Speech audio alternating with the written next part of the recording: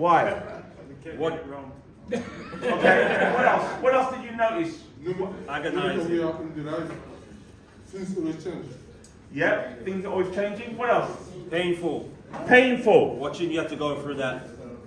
Okay. He said you got All right. Alzheimer's.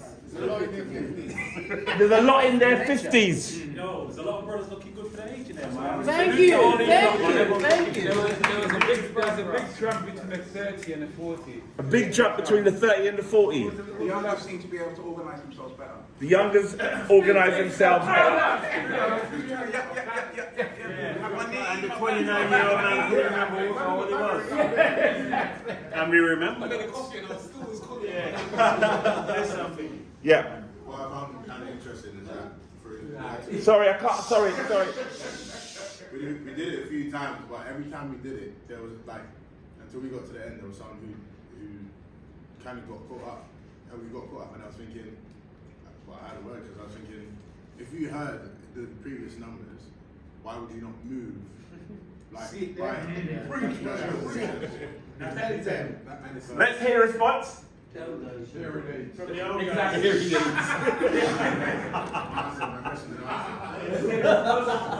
the response. I didn't hear the question. I didn't hear it. No, as we get older, we can't hear. No, why don't get so if you had a person who's like not necessarily next to you, but the person who's like one away from you, and you hear that their age is older than what you are, wouldn't you move? Yeah. So, because it just you would think like instinctively you'd be like, right, that person is older than me, I should change my place, no? Okay. The numbers are. Yeah. I don't know who's got one. It's quite. Okay, go here. I just want to say when Sorry. One voice. Sorry. Sorry, Cracker. Can't hear. It needs to be one voice.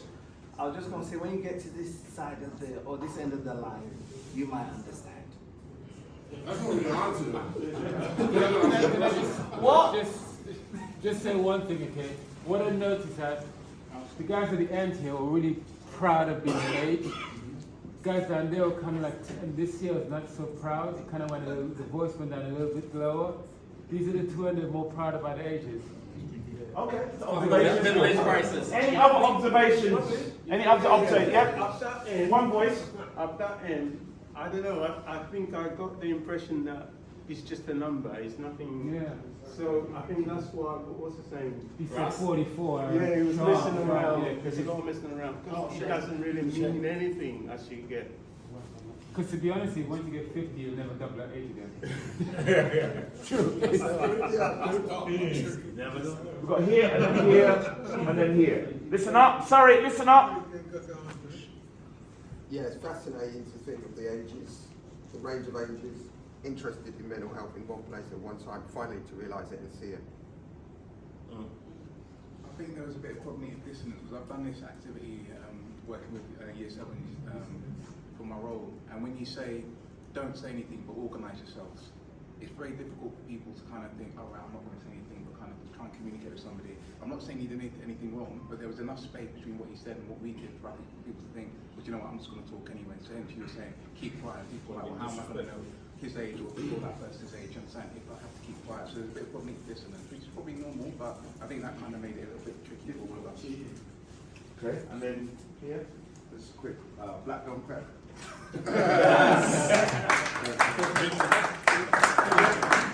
There's another thing is that it's a big range of ages, so there's nothing we really can't do.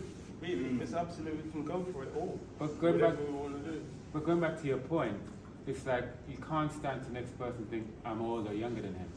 I think that's what people were thinking because they didn't want to sort of, like, you know what I mean, presume that I'm younger or older than that person without communicating, because I could stand up next to him and think, oh, on the other side of him, think I'm younger, and then the next thing I know, I'm embarrassing, man.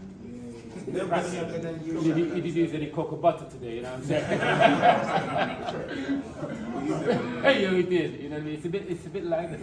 That was a difficult one to do without verbalizing where you are in the age, I think, because we all look.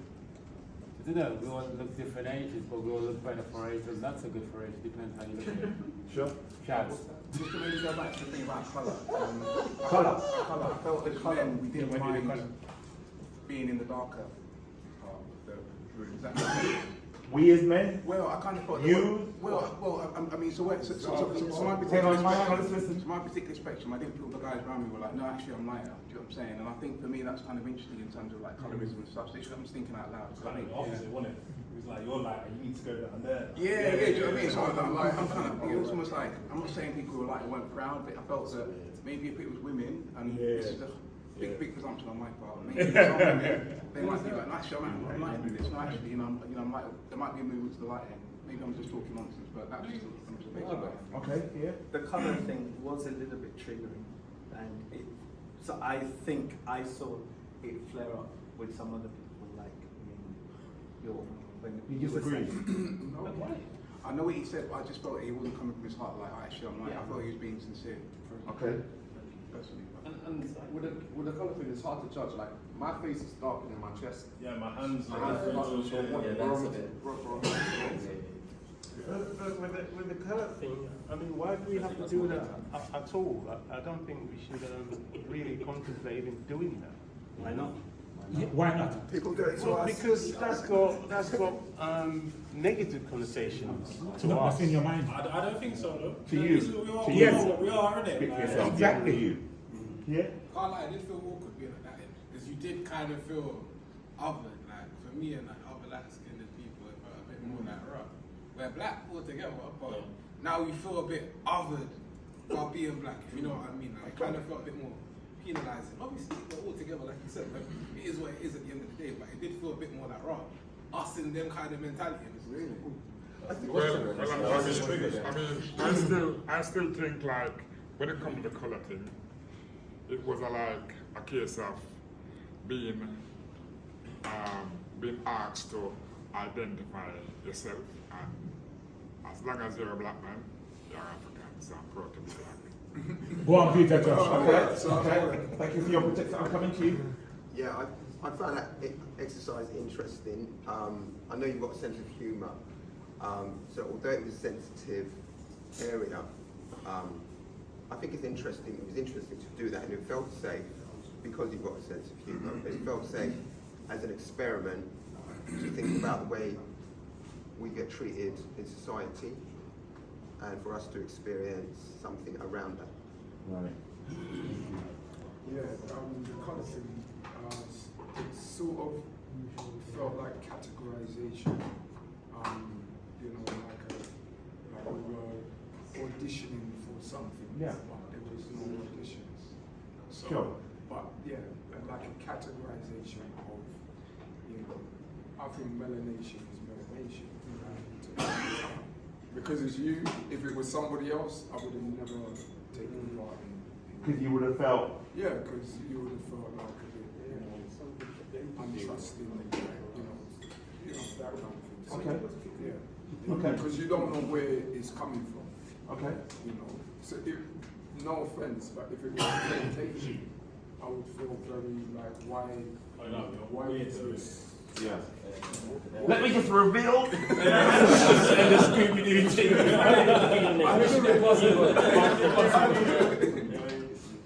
Sorry, here and then here.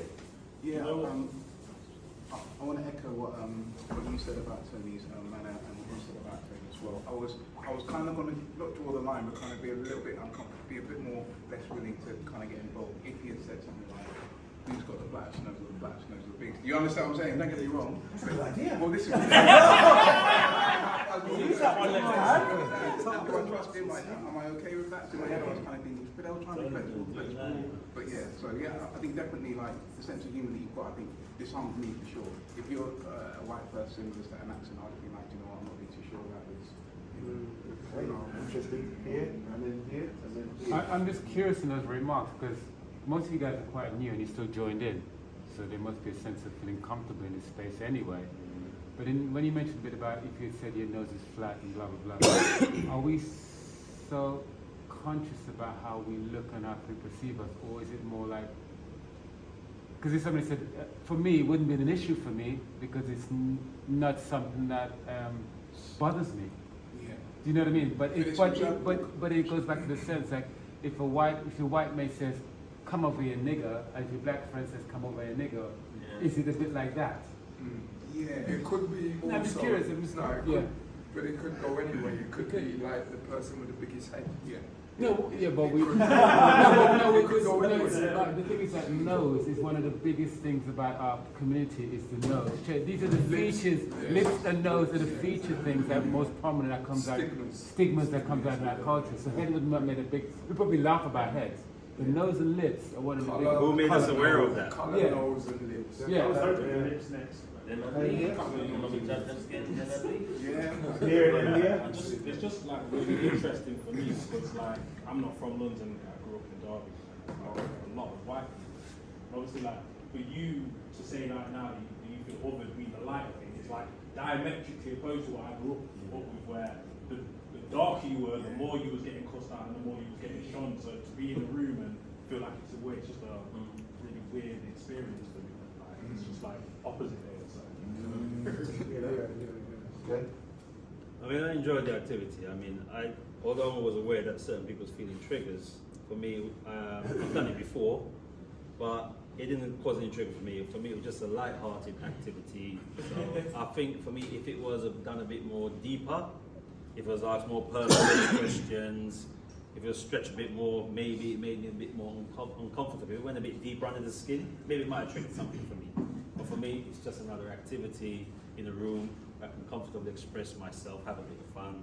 But I'm aware that it is causing triggers for other. For me, it's standard. But if it's outside of here, and I'm in a situation where I am being asked about my complexion, or even if someone from my own culture made comments. But I've grown up with that. I'm from the Caribbean. I was born in the Caribbean. So when I do go home, I'm always called the Englishman, the red man, all them kind of names. So I'm used to it from a young age. So I've already been conditioned about this. For me, so this activity doesn't trigger anything for me at all.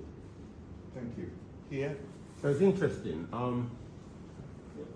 People have made mention